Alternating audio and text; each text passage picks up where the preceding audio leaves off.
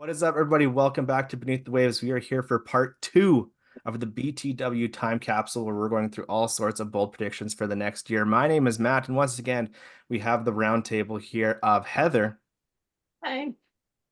Derek, Hello. Alex. How's it going? If you haven't watched part one, make sure you check the link down in the comments. We had some great discussion, some great discourse, some wild takes, and some how do we want to say, not so on the nail on the head nicknames that I'm probably going to stick. So Some go back terrible and check takes that for out. nicknames. Terrible takes. Hey, if a terrible nickname is my worst take of the season, I will take it. Okay. But Heather, do you want to let the people know what the BTW time capsule is all about? Sure, this is just us coming together and sharing some bold predictions and fun takes for the season that we will probably look back on at the end of the season and be super embarrassed by and have some laughs about it. But it's going to be a fun time, so buckle in. All right, Alex, do you want to take us through our very first category of part two of our time capsule? Absolutely. So, category one that we'll be focusing on right now will be standings. So, points at the end of the season. So, historically, Kraken in their inaugural season finished with a wonderful and crisp 60 points. Their second season, they blew expectations out of the water and saw fish being yeeted left, right, and center with a good solid 100. They hit the century mark. And last season, season three, a mediocre 81, missed the playoffs. So, what's going to happen with season four?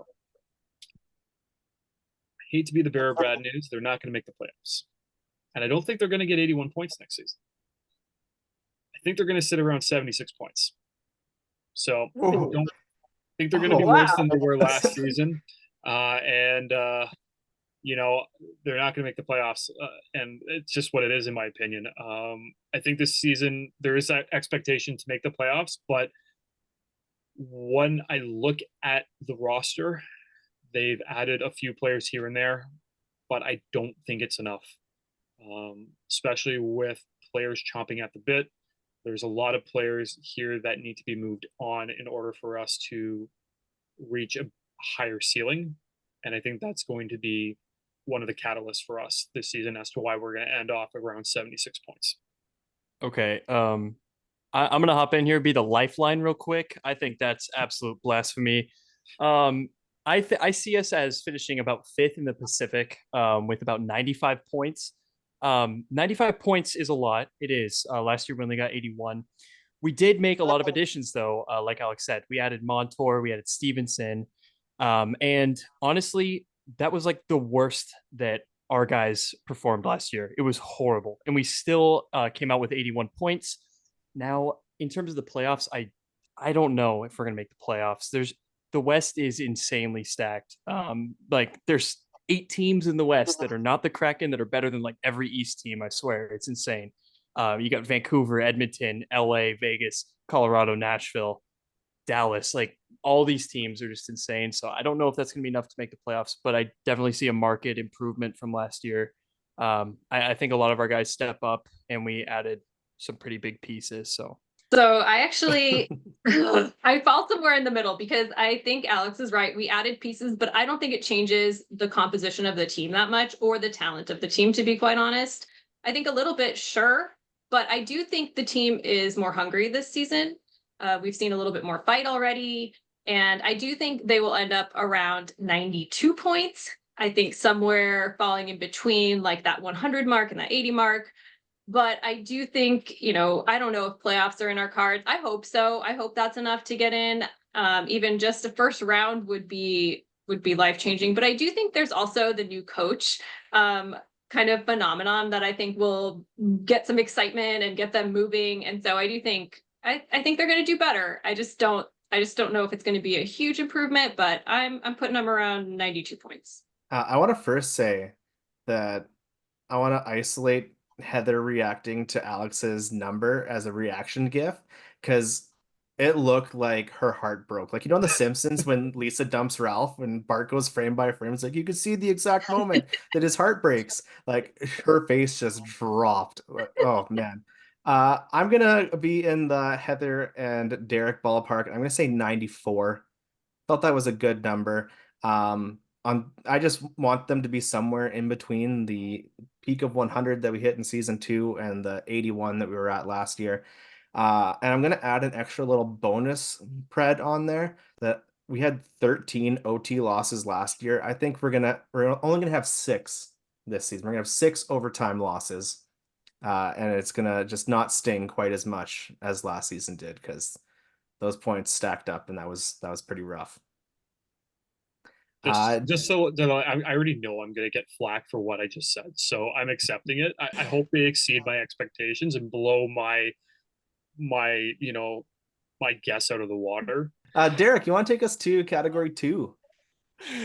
Sure, Matt. Category 2 is how or who we think will have the most player of the game awards, or the Davy Jones hats that the Kraken give to who the best player was.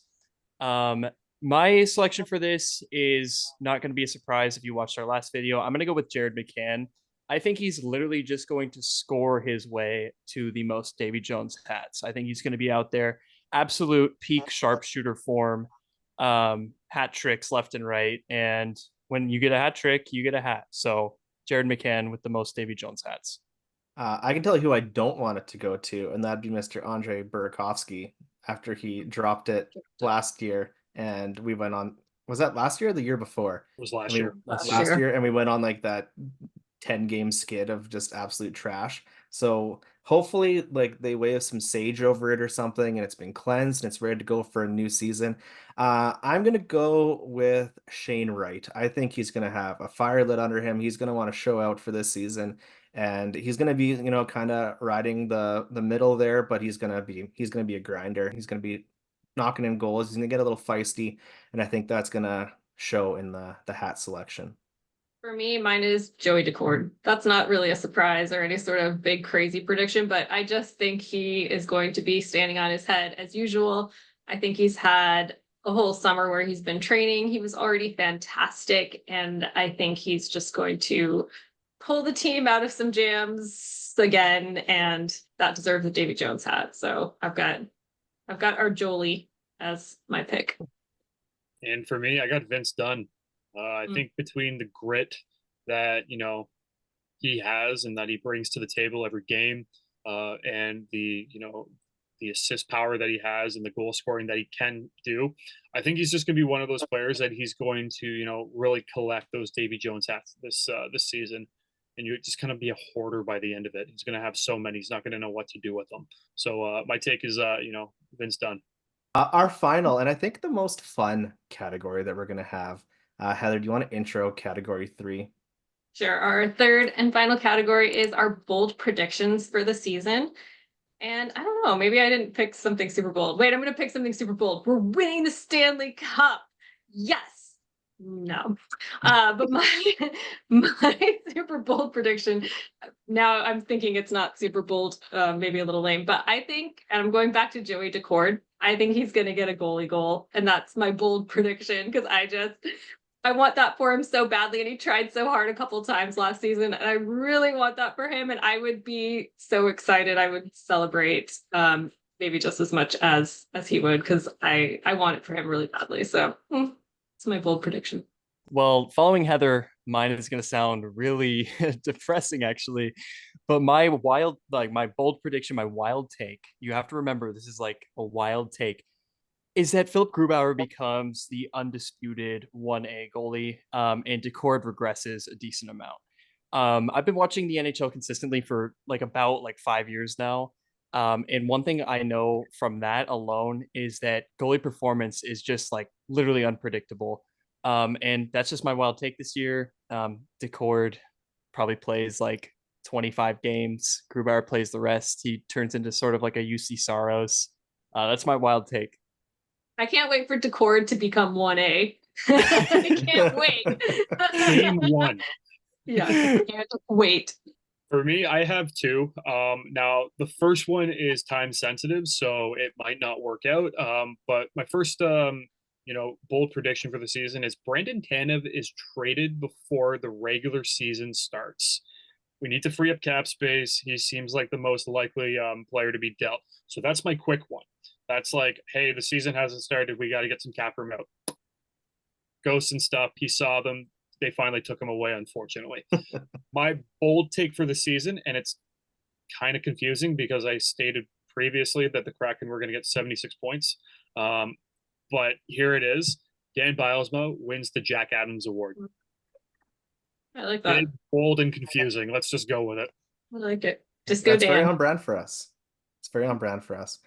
I'd like to preface mine with a bit of background info that I looked up on FanDuel yesterday, and that's that the Kraken's odds of winning the cup are plus 7,000, and there are nine teams at or below those odds. So, with that being said, my bold prediction is Dead. that Andrei Burakovsky plays 80 of 82 games this season.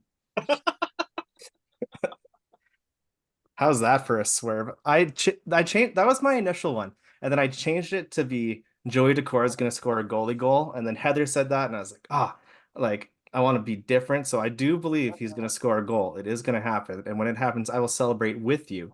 But I think that Berkey's streak of being made of glass is going to come to an end, and he's going to start being able to produce in the way that we hoped he would when we picked him up, and I mean, really, that's what I'm hoping for.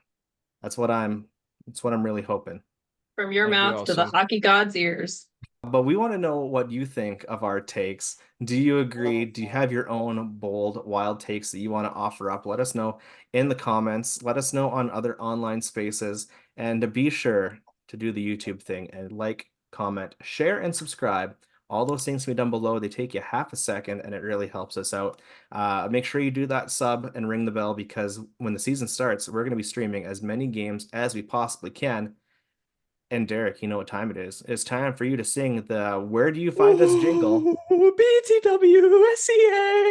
On Instagram, TikTok, YouTube, and Twitter, BTWSEA. Go follow it and be cool like all of us. Okay. See you later. Bye.